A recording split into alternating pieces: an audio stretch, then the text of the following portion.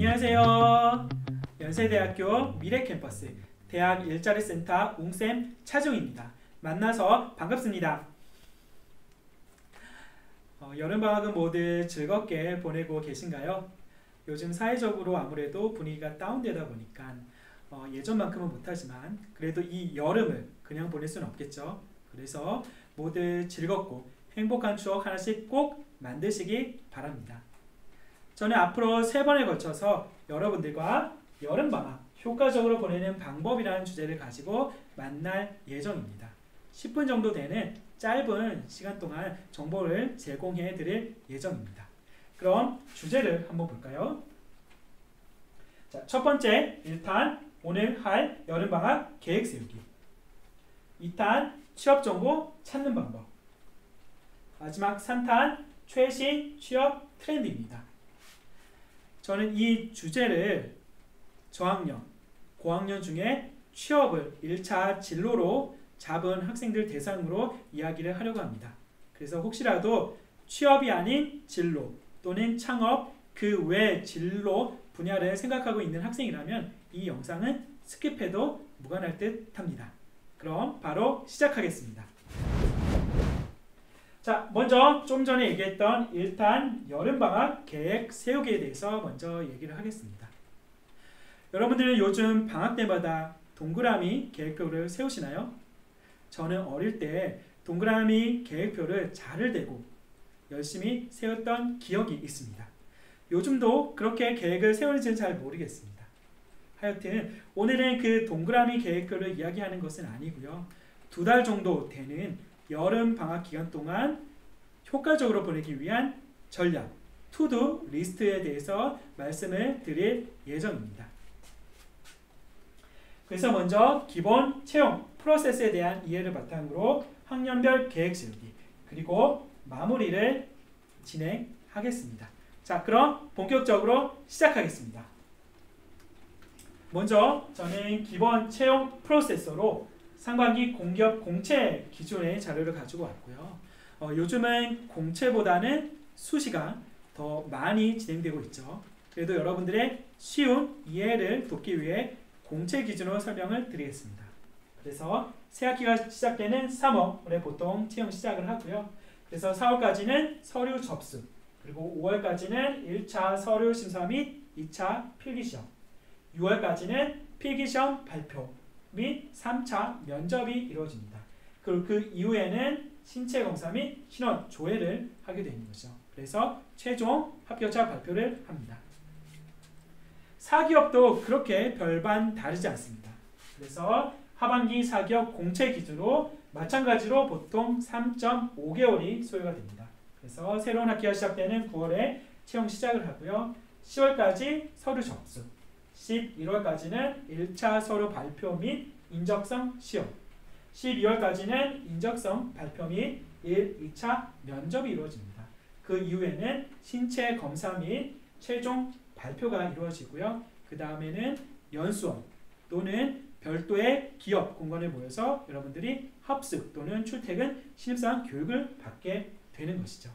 자, 3.5개월 정도 되는 기간이 그렇게 짧지는 않습니다. 하지만 그 안에 해야 할 일들이 굉장히 많죠. 그래서 다소 빡빡합니다. 결국은 이 기간 동안 여러분들이 많은 기업을 지원하고 그 기업마다 전략을 바탕으로 실질적으로 수행하는 것, 지원하는 것이 매우 중요합니다. 즉, 사전 준비는 사전에 해야 되는 것이죠. 그러면 그 준비를 언제 하면 될까요? 바로 그 준비를 여러분 여름방학 동안에 해야 되는 겁니다. 3월, 9월 정도 되면 많은 채용 공고가 올라옵니다. 그럼 그걸 확인하고 입사지원서를 바로 집어넣어야 되는데 입사지원서는 작성이 쉽지는 않죠. 그래서 그 부분에 대해서 굉장히 힘들어하는 학생이 많습니다. 또 당장 내일까지 입사지원서를 적어야 되지만 입사지원서 작성은 더디고 또 지원 동의를 썼다 지웠다 하는 학생이 엄청나게 많습니다, 여러분. 그래서 이 영상을 보고 있는 학생들은 꼭 그러지 않으셨으면 좋겠습니다. 그래서 꼭 여름방학 또는 겨울방학 때 미리 준비를 하셔야 된다라고 말씀을 드리겠습니다. 자, 그러면 이를 바탕으로 학년별 계획을 한번 세워보겠습니다. 먼저 저학년입니다. 저학년은 2학년 기준이라고 생각해 주시면 되겠습니다. 저학년 때 가장 열심히 해야 하는 것은 바로 다양한 경험하기입니다. 고학년이 될수록 그리고 입사 지원서를 작성할 때는 다양한 경험이 그렇게 환영받지는 않습니다. 다양한 경험보다도 희망하는 직무 쪽의 연관성, 적합성을 높이는 그 관련 경험이 더 중요한 것이죠. 하지만 저학년 때는 아직까지 희망하는 진로 분야를 설정하기 전이라는 가정하에 다양한 경험, 알바 또는 대외활동, 여행 같은 다양한 경험을 통해서 나의 희망 진로, 직종, 직무를 정하는 것이 매우 중요합니다. 이것을 바탕으로 고학년 때 계획을 세울 수 있기 때문이죠. 그리고 저학년 때는 아무래도 고학년 때보다는 여유가 있겠죠. 그래서 기본 스펙 쌓기가 굉장히 좋습니다. 저는 보통 스펙이라는 단어를 좋아하지는 않습니다. 하지만 이 단어만큼 여러분들이 이해하기 쉬운 단어는 또 없을 것 같네요. 자, 스펙 앞에 기본이라는 단어가 붙었죠. 그래서 이 기본은 취업진을 하면서 가장 기본적으로 당연히 해야 되는 것들을 의미합니다. 뭐가 있죠? 그쵸? 기본적으로 언어가 있겠죠. 언어 중에서도 토익이라고 생각을 해주시면 되고요. 자격증에서는 공공기관에서 가산점을 주는 한국사 또는 KBS의 한국어 능력 평가 시험 정도라고 보시면 됩니다. 자, 그럼 3학년으로 넘어가겠습니다. 3학년은 우선 희망하는 진로 분야가 어느 정도 설정되었다는 가정하에 희망 직무 관련 경험하는 것이 매우 중요합니다. 그래서 뭐 대외활동, 일 경험, 현장 실습, 알바 등이 있겠죠. 알바도 여러분들 가능하다면 그냥 하지 마시고요. 관련된 직무와 연결돼서 하신 것이 굉장히 도움이 됩니다. 영업 또는 마케팅 또는 MD 직무를 원하신다면 관련 매장이나 편의점 아르바이트를 하는 시기죠. 그 다음에는 희망 산업 또 대표 기업을 정하는 것이 좋습니다. 요즘 각광받고 있는 배터리 산업 또는 반도체 산업, IT 산업 또는 제약 바이오 산업이 있겠죠. 산업별로 준비해야 되는 것이 좀 다르기 때문에 미리 설정하는 것이 굉장히 중요합니다. 기업도 마찬가지입니다. 내가 화장품 산업을 희망한다면 대표 기업으로 아모레퍼시픽을, 내가 제약 바이오 산업을 꿈꾼다면 셀티리온을 정하는 시기죠.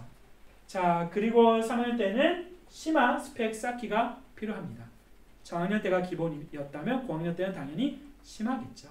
그래서 좀 전에 예를 들었던 것처럼 기본으로 토익을 잡았다면 심화로는 토스나 오픽이 될 수 있겠죠.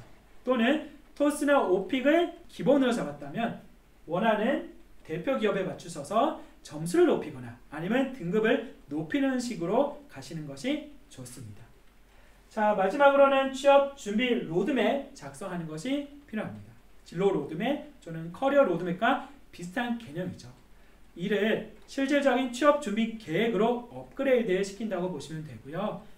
계획은 굉장히 중요합니다. 계획이 있어야지만 내가 하는 일에 대해서 여러분들이 관리할 수 있고 평가할 수 있고 피드백할 수 있기 때문입니다. 자, 이제 마지막 4학년으로 넘어가겠습니다. 4학년 때 가장 중요한 것은 2학년, 3학년을 통해서 그동안 열심히 착실하게 준비한 노력을 가지고 실질적으로 취업 시장에 뛰어드는 겁니다. 그래서 희망직무 관련 경험, 금턴이라고 불리는 인턴 또는 대외활동 또는 근로, 일 경험이 굉장히 중요합니다. 이를 바탕으로 여러분들은 기본 입사 지원서를 완성하셔야 됩니다. 기본 입사 지원서를 가지고 여러분들이 각각 키워드에 맞춰서 미리 사전에 작성하는 것 또한 굉장히 좋습니다. 만약 여러분들이 영업, 직무를 원한다면 상대방을 설득했던 경험, 아니면 상대방에게 물건을 팔아보았던 경험, 판매 전략을 짰던 경험, 또는 원가 계산을 했던 경험, 힘든 업무를 끝까지 포기하지 않았던 경험 등을 역량을 모아서 미리 정리해 두는 것이 굉장히 중요합니다. 그래서 그 관련 채용 공고가 떴을 때 그 기업에 맞춰서 여러분들이 입사 지원서를 작성하고 수정해서 제출하면 되는 것이죠. 그래야지만 여러분들이 정해져 있는 기간 동안 많은 기관, 기업들을 지원할 수가 있습니다. 그리고 나선 여러분들 NCS 직업기초능력평가 또는 인적성 시험 준비를 하시기 바랍니다. 인적성 1차 서류 합격이 발표가 나고 나서 길게는 2주, 짧게는 1주 정도의 준비 시간이 있습니다. 그래서 이때 보통 많은 학생들이 열심히 공부를 하거든요. 근데 아무래도 물리적으로 시간이 짧다 보니까 한계가 조금 있습니다. 그래서 시간이 있을 때 미리미리 준비를 하시는 것이 굉장히 도움이 많이 됩니다. 마지막으로는 취업 동아리 멘토링을 통해서 나의 부족한 점을 확인하시고 인지하시고 다른 분들과 함께 협업하셔서 시간 관리도 하시고 공부해야 될 것도 서로 나누면서 협업해서 함께 취업 준비하는 것이 굉장히 도움이 많이 됩니다. 자, 제가 2학년부터 저학년부터 4학년까지 얘기를 하다 보니까 굉장히 해야 될 게 많이 있네요. 자, 그럼 이제 마무리를 하겠습니다.